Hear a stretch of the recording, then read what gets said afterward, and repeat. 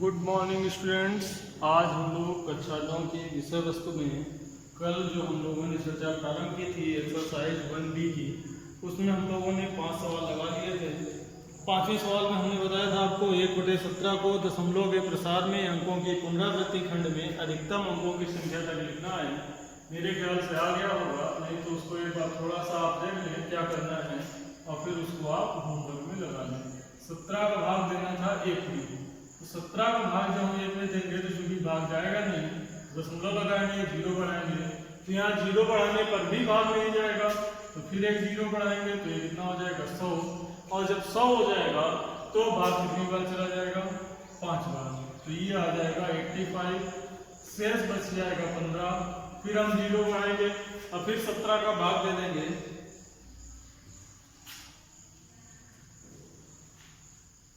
तो अब 17 का भाग कितनी बार चला जाएगा 8 बार, तो 17 8 हम जानते हैं कितना होता है 136 होता है 136।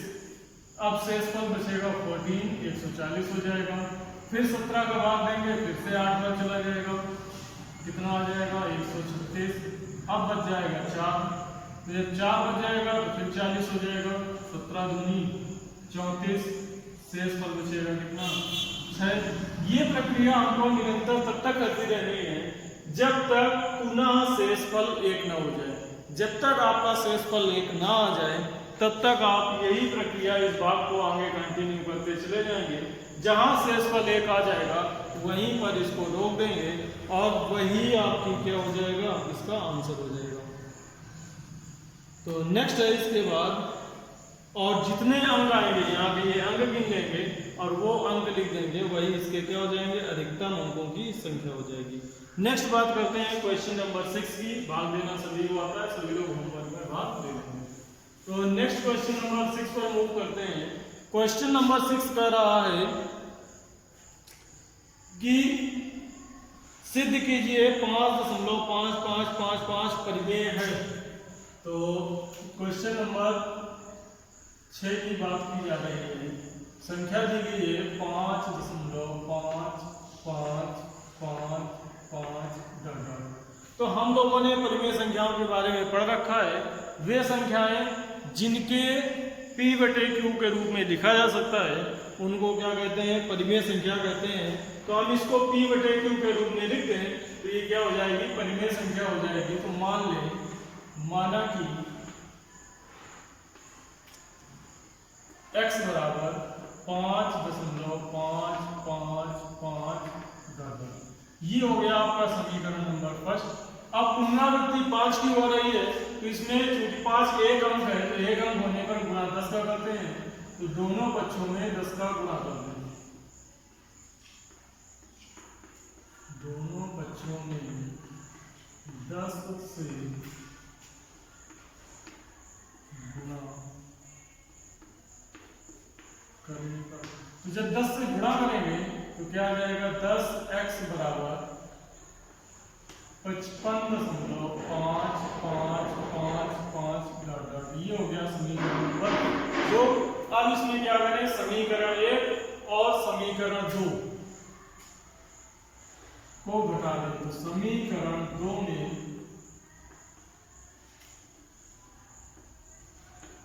समीकरण 1 को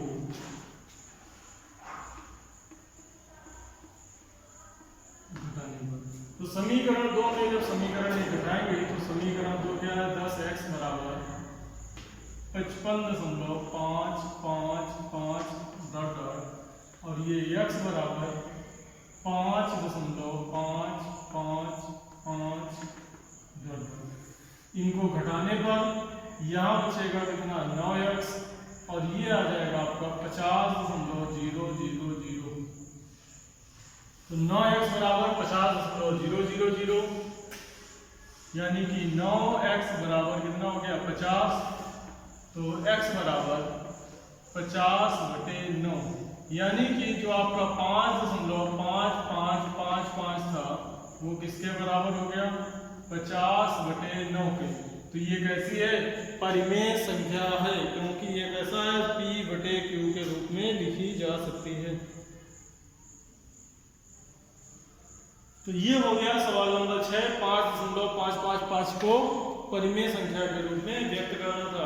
इसके बाद आते हैं प्रश्न संख्या 7 पर। प्रश्न संख्या 7 में 1/13 और 2/13 का दशमलव निरूपण ज्ञात करना है। उसकी सहायता से 4/13, 6/13 का भी दशमलव निरूपण ज्ञात करना है। तो नेक्स्ट क्वेश्चन है क्वेश्चन नंबर 7।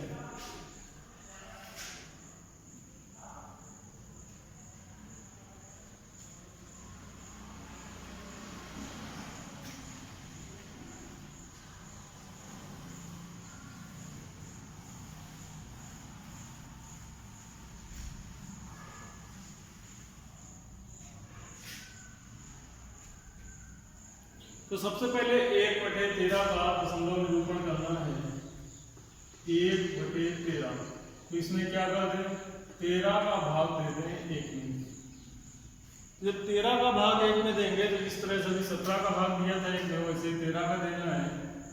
भाग जाएगा नहीं 1 में, 0 लगाएंगे, दशमलव आ जाएगा। दशमलव लगाने पर एक 0 बढ़ेगा, 10 हो जाएगा। 10 में भी 13 का भाग नहीं जाएगा, तो फिर यहाँ एक 0 आएगा और एक 0 यहाँ पर लगा लेंगे।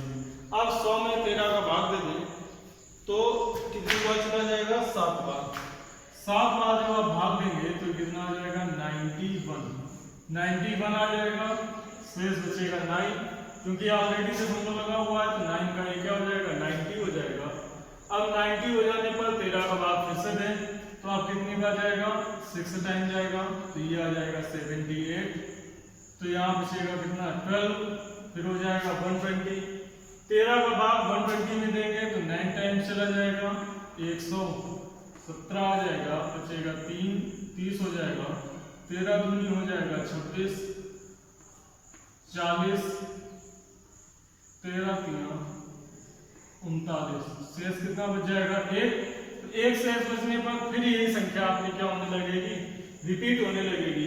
तो जो आपका मान है, जो आपके पास मान है 1/13 का, 1/13 बराबर हो जाएगा 0.769223, और इसके ऊपर आप क्या लगा देंगे, 12। 0.07 है, 0.076923। तो इसमें ये आपका मान हो गया। अब ये जो मान है इसी की सहायता से हमें मान ज्ञात करना है किसका, 2/13 का। तो 2/13 को लिख सकते हैं 2 गुणा 1/13, यानी कि ये हो जाएगा 2 गुणा 0.076923। इसमें 2 से गुणा कर दें, 2 3 6, 2 दूनी 4, 2 9 18, 2 जन 12 और 1 13, 2 7 14 और 1 15। तो ये आ जाएगा 0.1538446। इसी तरह से कह रहा है 4/13 का मान। जब 4/13 का निकालेंगे तो हो जाएगा 4 गुणा 1/13। तो क्या लिख देंगे, 4 गुणा 0.0769223। इसमें आप 4 का गुणा कर देंगे, इसका आंसर आ जाएगा। इसके बाद जब मान निकालना होगा हमें 6/13 का, तो हो जाएगा 6 गुणा 1/13। इस संख्या में 6 से गुणा कर देंगे, और 12/13 का निकालने के लिए इसी संख्या में 12 से गुणा कर देंगे, तो आ जाएगा 12/13 का मान। तो ये हो गया आपका सवाल नंबर 7, 1/13 का मान निकालकर और फिर उसको हल करना है।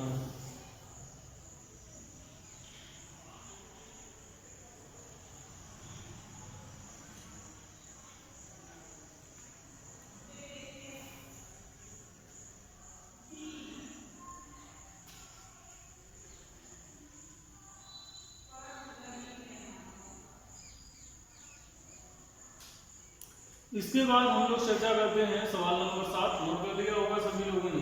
इसके बाद चर्चा करते हैं क्वेश्चन नंबर 8 की। तो सवाल नंबर 8 में चलते हैं। सवाल नंबर 8 में क्या कहा गया है,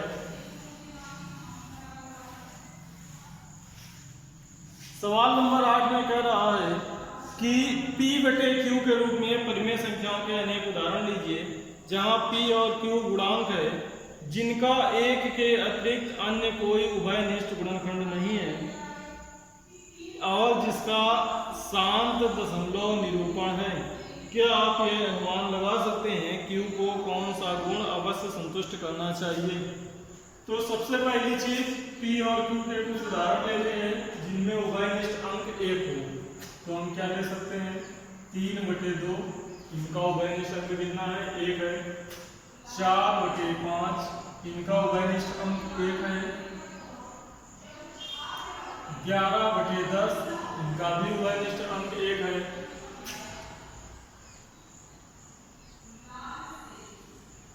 21/5, इनका भी उभयनिष्ठ अंक 1 है। 16/25, इनका भी उभयनिष्ठ अंक 1 है।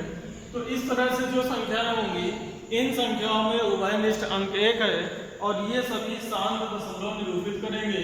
क्योंकि हमने शांत दशमलव को पढ़ाते समय आपको बताया था कि शांत दशमलव निरूपित करने की कंडीशन ये होती है कि कोई भी संख्या शांत दशमलव निरूपित करती है यदि उसमें क्या हो जाए, शांत दशमलव निरूपित करने के लिए यदि उसमें जो Q है उसके गुणनखंड या तो 2 के गुणज हो या 5 के गुणज हो या 2 और 5 दोनों के हो, तो वे संख्याएं क्या होती हैं, शांत दशमलव निरूपित करती हैं।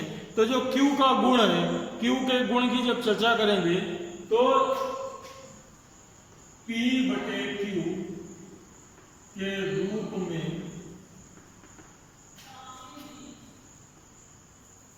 निरूपित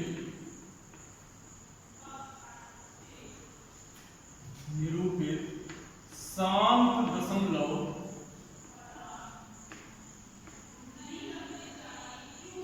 दशमलव में Q के गुणनखंड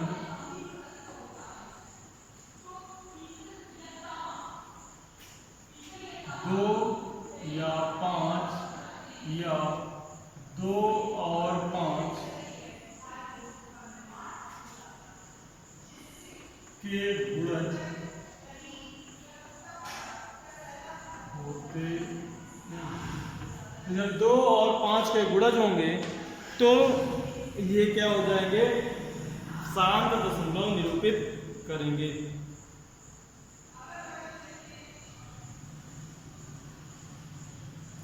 तो मेरे ख्याल से आपको क्वेश्चन संख्या 8 समझ में आ गई होगी। तो प्रश्न संख्या 8 में जो हम लोगों ने चर्चा की वो आपको स्पष्टता समझ में आया होगा कि वो उसी प्रॉपर्टी का उपयोग करना है जो हम लोगों ने परिमेय संख्याओं में पढ़ी थी। शांत और अशांत दशमलव के लेक्चर में जो हम लोगों ने पढ़ा था उसी के बारे में चर्चा करनी है। तो शांत और अशांत दशमलव से संबंधित ये संख्या हो गई। अब बात करते हैं प्रश्न संख्या 9 की। प्रश्न संख्या 9 में कहा गया है सिद्ध कीजिए √3 एक परिमेय संख्या नहीं है। तो परिमेय संख्याएं कौन नहीं होती, जिनको P/Q के रूप में नहीं लिखा जा सकता है। तो हम यहाँ ये मान लें कि √3 एक क्या है, परिमेय संख्या है। तो सवाल नंबर 9 है, इसमें क्या करें, माना कि √3 एक परिमेय संख्या है। अतः √3 बराबर P/Q। √3 बराबर हम लिख सकते हैं P/Q, जहां P व Q का मान 0 नहीं है और P व Q सह अभाज्य हैं। सह अभाज्य संख्याएं वो होती हैं जिनका HCF 1 होता है। जिन संख्याओं का HCF 1 होता है उनको क्या कहते हैं, सह अभाज्य। अब ये जो है √3 बराबर P/Q, इसको लिख सकते हैं, तो गुणा करा दें तो क्या आ जाएगा, P बराबर √3Q, दोनों पक्षों का वर्ग कर दें।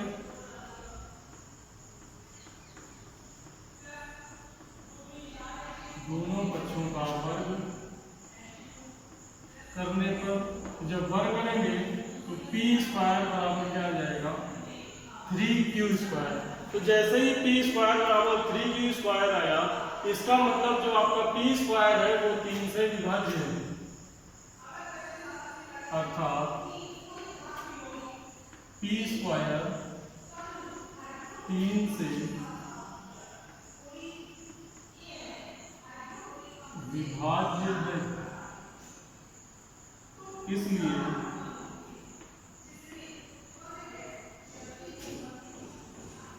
p भी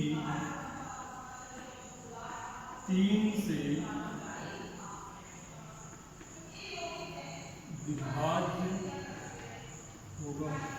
तो p² 3 से विभाज्य है, तो p भी क्या होगा 3 से विभाज्य होगा। अब हम क्या करें, एक ऐसी संख्या ले लें जो 3 से विभाज्य हो और p के बारे में बता रही हो। तो माना p बराबर 3m, p बराबर क्या है 3m है। इसको मान लें समीकरण नंबर फर्स्ट, समीकरण 1 में p का मान रखने पर,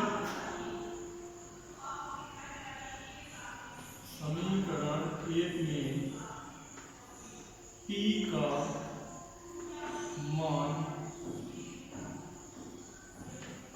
रखने पर, जब समीकरण 1 में p का मान रखेंगे तो क्या आ जाएगा 3n² बराबर 3q², यानी कि 9n² बराबर 3q²।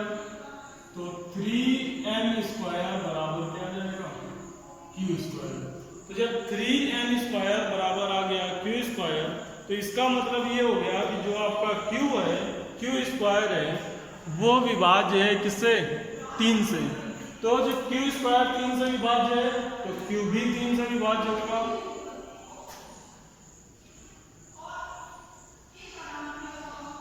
अर्थात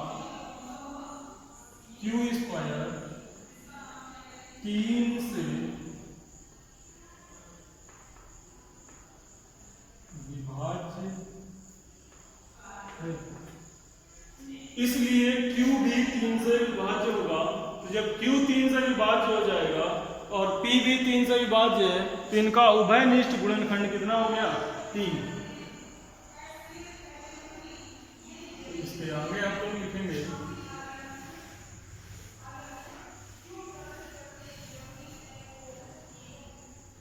q² 3 से विभाज्य है,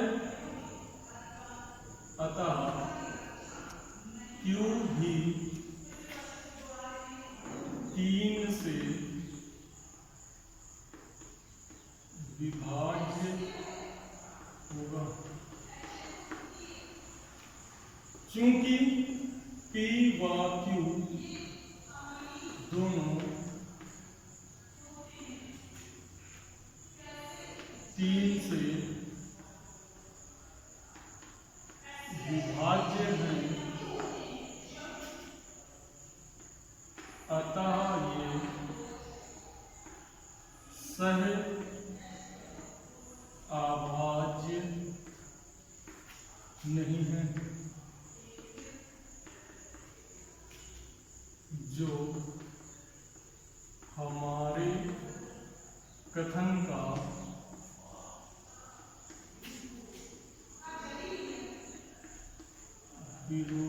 विरोधाभास है। अतः इस प्रकार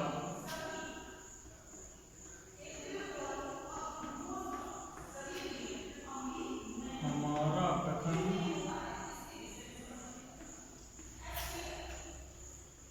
कि √3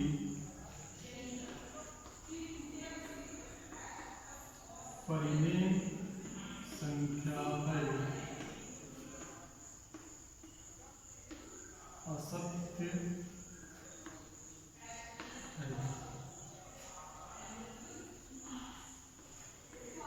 इसलिए √3 परिमेय संख्या